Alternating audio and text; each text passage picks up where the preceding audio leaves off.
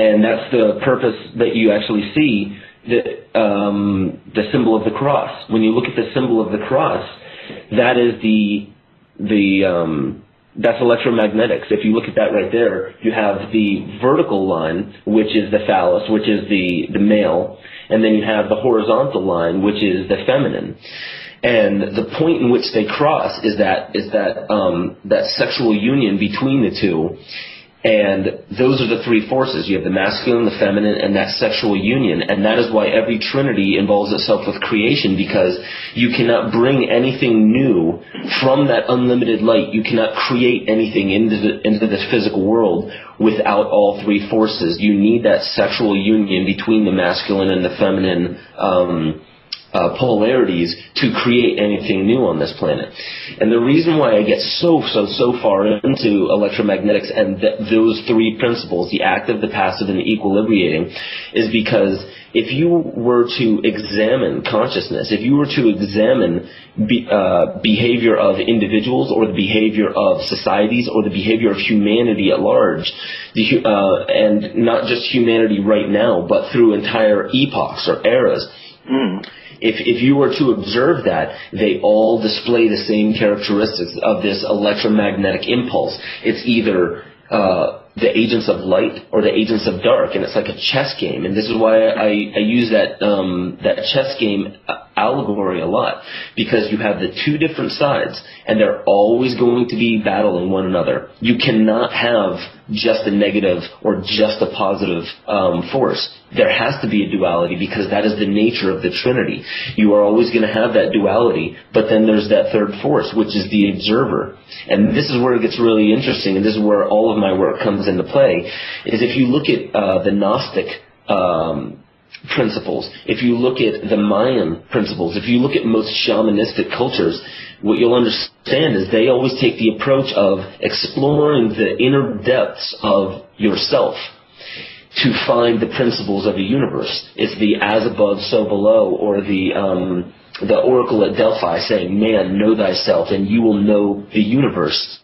You know, and that's pretty much the complete thesis of absolutely everything that my work is founded upon, is to try and understand the principles that really uphold this corrupt system that we are living in right now. You really have to understand what is corrupted within us, and you can only find that out in one way, by simple observation.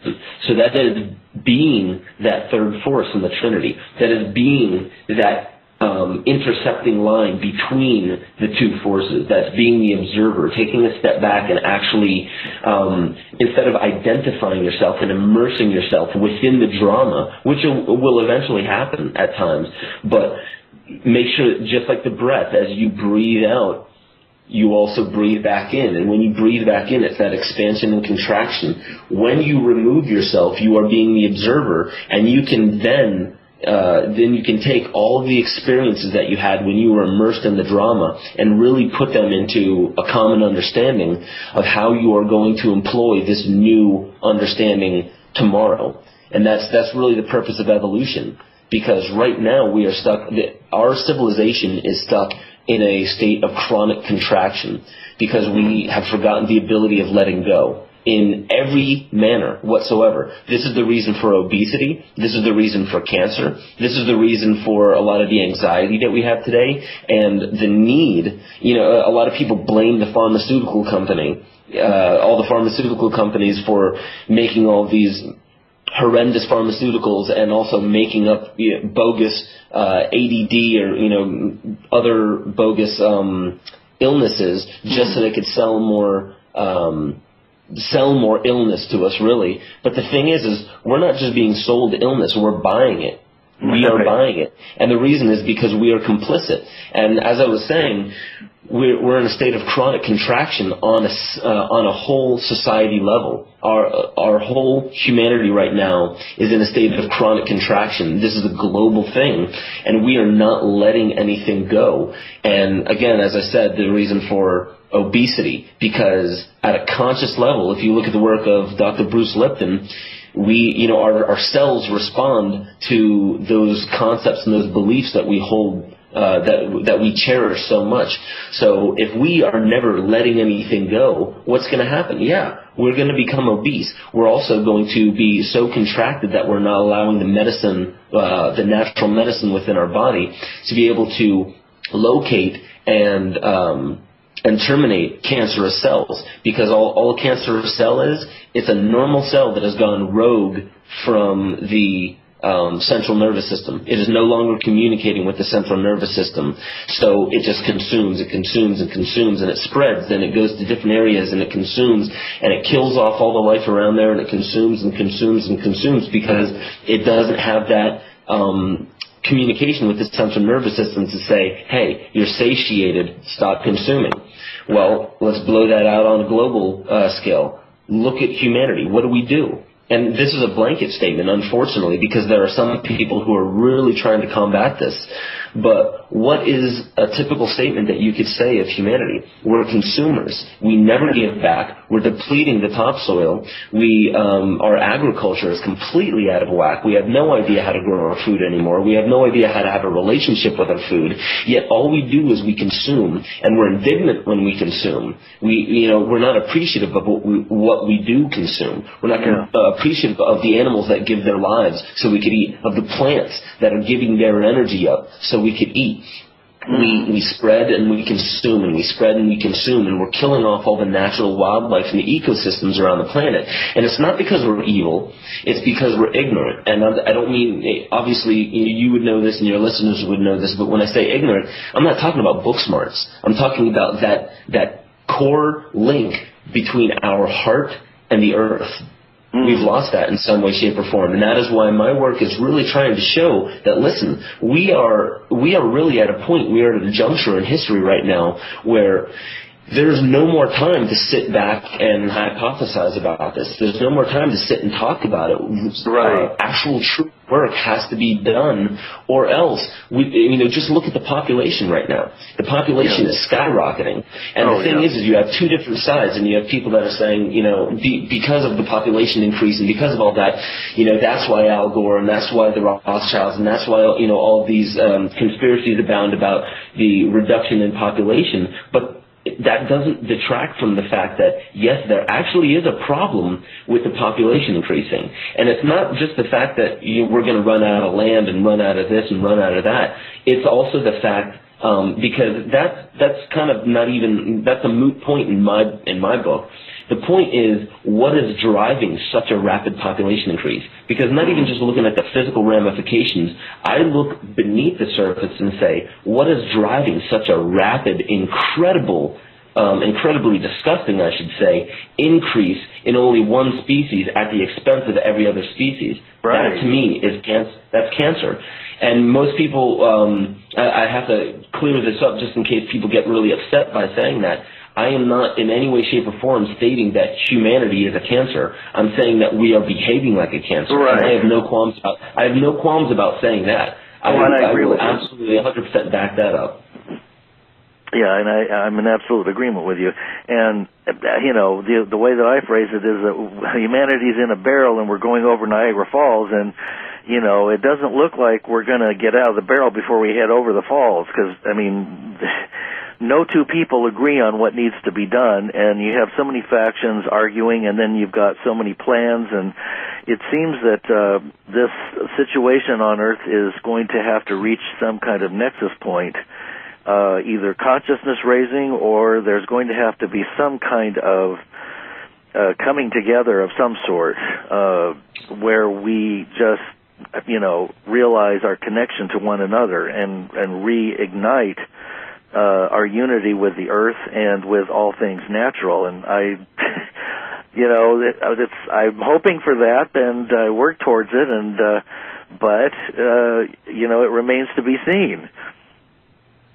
Right. Yeah. And what I really see when I look around, what I've been seeing mostly is the fact that something is shifting, something is changing within the hearts and minds of humanity. Mm-hmm. And regardless of whether from my human perspective can I say that it is for the better or for the worse, I really can't say, because I've had to come to terms, and I bounce back and forth with this, because I also get into debates with people every now and then, with close friends, I should say, where every now and then I can't really tell where I stand, because I'll get into these modes where I really do feel that things need to shift in a certain direction that I feel would be beneficial for the human race. But then again, I always have to come back to the understanding that we are trying to have a human comprehension of a universal problem, something that is actually, it's working through us. We aren't necessarily, and I really truly believe this, we aren't necessarily controlling the problem right now. We have the ability to control the problem. We have the ability to control, how should I say it? We are right now in the passenger seat. We're not in the driver's seat. Yeah. And that's the way that I'd like to say it, because we have the ability to be in the driver's seat, but we're choosing not to. So right now, we are not actually creating this problem. And that's a very important point to understand. The problem is being created through us. And the reason why I get into this in my work about this being this fundamental duality is you see it in nature. You'll have a tree. A tree is a form of order. This is kind of what I get into when I say agents or disciples of light and agents or disciples of dark. It's also agents of chaos and agents of order. A tree is a form of order. It is not the agent of order. Many agents of order worked in collusion together to bring about this beautiful, magnificent thing called a tree. And that is a reflection of the agents of order. The agents of chaos are just really the other end of the polarity. If you have a magnetic north, you're going to have a magnetic south. Yeah. So the magnetic polarity to the agents of order are the agents of chaos. And when a tree falls down, what do you naturally see? You see fungus. You see different forms of bacteria, many different things that are introduced naturally by nature into that tree to break it back down in a catabolic process, to bring it back into those base elements so then it can grow back into a new form of order. And that is the basis of evolution. That is why things must die at certain points. Because if everything that ever lived never died, then there would be no evolution. You could have little, spurts of evolution, or growth, I should say, within things that never died, but it would never truly revolutionize itself.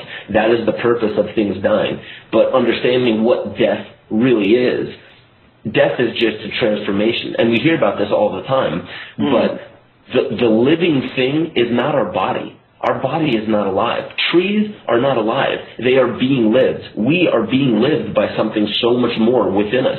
And it is us, but it is not our physical body. Or how should I say, it is not just our physical body. Our physical body is merely a reflection of that. So let's say if what we truly are is the flower, then what it gives off is that fragrance. That is the body. And most people would try and look at that the other way. No, wait a minute. It's the flower, which is the physical body, and it's the fragrance. I look at it this way. What we truly are on the inside is the flower, and the fragrance is that physical manifestation, that reflection of what we truly are. Yeah. And so where I'm going, what I'm getting at with all this is the fact that I can't, from my human perspective, necessarily say that what is happening on this planet is negative or positive, good or bad, right or wrong, evil and different, anything like that. I can't really say, because I'm only coming at it from, me, Benjamin Joseph Stewart, my perspective as, a 27-year-old human living in America. That's pretty much all I can, all I can surmise from this perspective. But there could be something much greater. So the thing that I try and impress upon others is there's only one way to find out, though. There's absolutely only one way to find out. We want answers to this, but I can't give any answers. That's actually the whole principle of all of my work, is to eventually not have to do my work anymore, because I would love it for it to come the day where people no longer need me